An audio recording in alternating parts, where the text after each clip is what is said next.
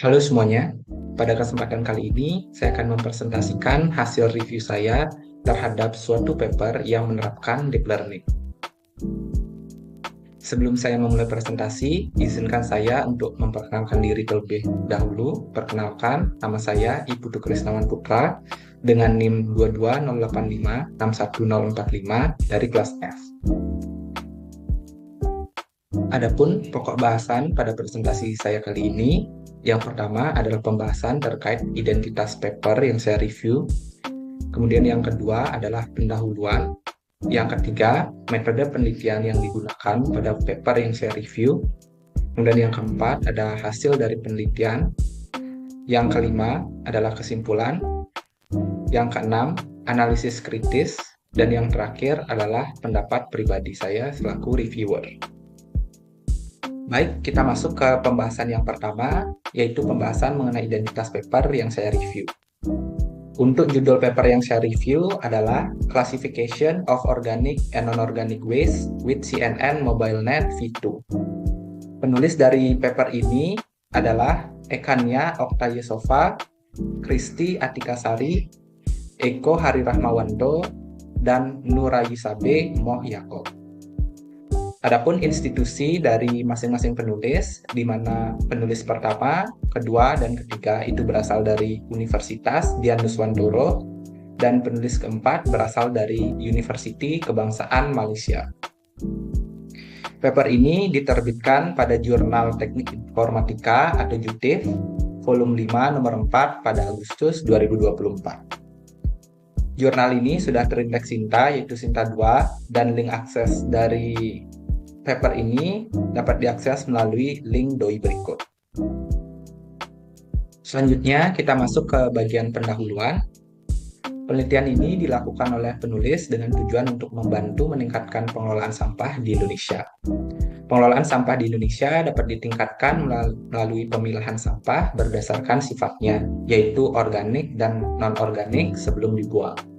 Akan tetapi, masyarakat masih sering kebingungan dalam melakukan pemilahan sampah berdasarkan sifatnya, sehingga dibutuhkan suatu sistem yang dapat membantu masyarakat dalam melakukan pemilihan sampah dengan tepat.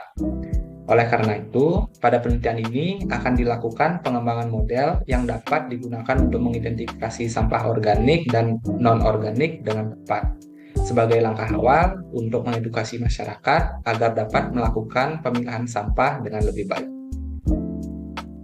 Adapun metode penelitian yang digunakan, yang pertama adalah melakukan pengumpulan data. Dataset yang digunakan dalam penelitian ini bersumber dari Kaggle yang berjumlah 14.180 data dengan 12 label gambar.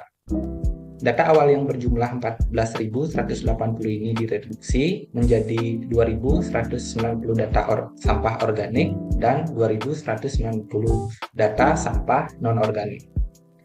Setelah dilakukan pengumpulan data, kemudian dilanjutkan dengan tahap preprocessing dari data yang sudah dikumpulkan. Terdapat 3 tahap preprocessing yang dilakukan dalam penelitian ini, yaitu resize, normalisasi, dan augmentasi.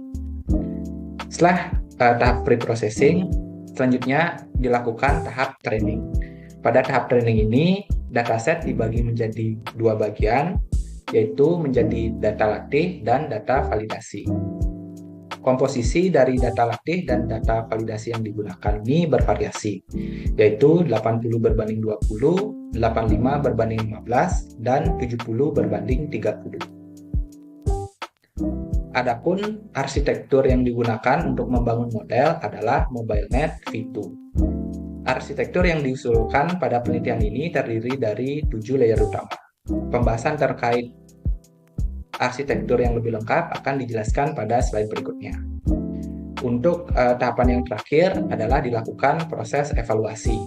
Metrik evaluasi yang digunakan dalam penelitian ini adalah akurasi, precision, recall, dan F1 score.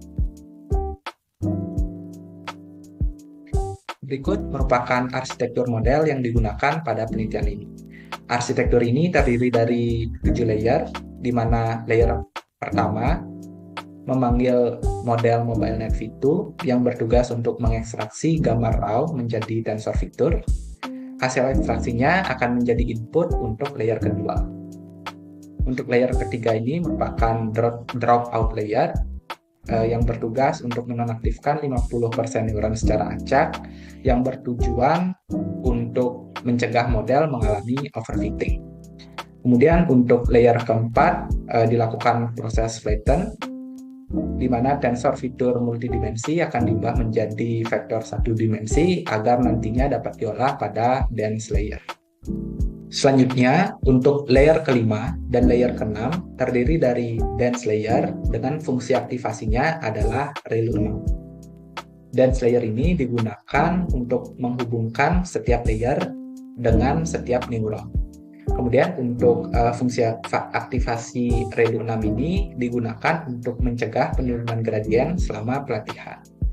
Untuk layer terakhir, yaitu layer ketujuh, ini terdiri dari dense layer dengan fungsi aktivasi sigmoid.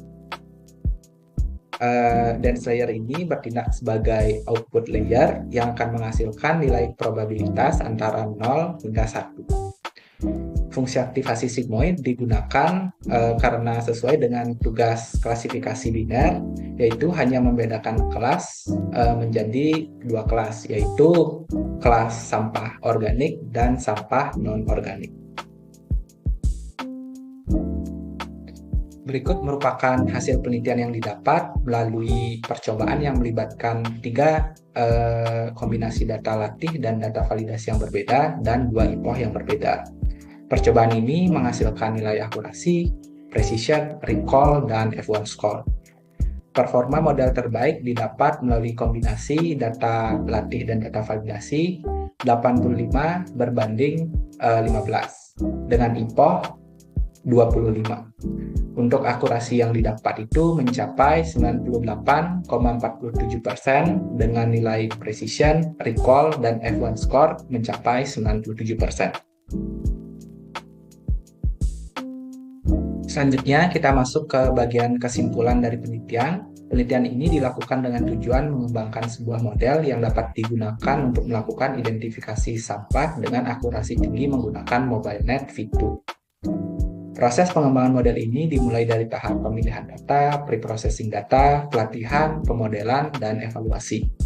Berdasarkan hasil penelitian yang didapat melalui 6 kali percobaan, diperoleh akurasi tertinggi sebesar 98,47% dengan precision 97%, recall 97%, dan F1 score 97%. Hasil ini didapat dari perbandingan data latih dan data validasi 85 berbanding 15 dan dengan IPOH 25. Hasil ini menunjukkan bahwa model yang dikembangkan dalam penelitian ini dapat dikategorikan sangat baik berdasarkan hasil perbandingan dari penelitian-penelitian sebelumnya yang dijadikan sebagai referensi. Selanjutnya, kita akan membahas kelebihan dari penelitian ini. Kelebihan yang pertama yaitu pemilihan arsitektur model yang efisien. Arsitektur yang digunakan pada penelitian ini adalah MobileNet V2. Arsitektur ini dipilih karena memiliki efisiensi komputasi yang tinggi dan sangat cocok untuk perangkat mobile. Kemudian untuk kelebihan yang kedua yaitu hasil akurasi yang didapat sangat tinggi. Model yang dikembangkan dalam penelitian ini mencapai akurasi 98,47% dengan precision 97%, recall 97%, dan F1 score 97%. Di mana performa akurasi ini dapat dikatakan sangat baik jika dibandingkan dengan penelitian sebelumnya yang dijadikan sebagai referensi. Kelebihan yang selanjutnya adalah pre-processing yang sistematis. Pre-processing data yang dilakukan meliputi proses resize, normalisasi, dan augmentasi yang dapat mengurangi overfitting dan meningkatkan generalisasi model. Selanjutnya, untuk kelebihan yang terakhir adalah evaluasi dengan eksperimen beragam. Penelitian ini menggunakan 6 skenario percobaan dengan variasi split dan jumlah IPOH untuk menghasilkan model dengan performa terbaik. Selanjutnya, kita masuk ke pembahasan terkait kekurangan dari penelitian ini. Terlepas dari kelebihan yang sudah dijelaskan sebelumnya, adapun kekurangan dari penelitian ini adalah sebagai berikut. Untuk kekurangan yang pertama yaitu dataset yang digunakan dalam penelitian ini masih terbatas dan tidak diverifikasi sumbernya. Dataset yang digunakan dalam penelitian ini diambil dari Kaggle tanpa mencantumkan dengan jelas identitas dari data tersebut. Selain itu, jumlah dataset yang digunakan juga masih relatif kecil untuk domain klasifikasi citra.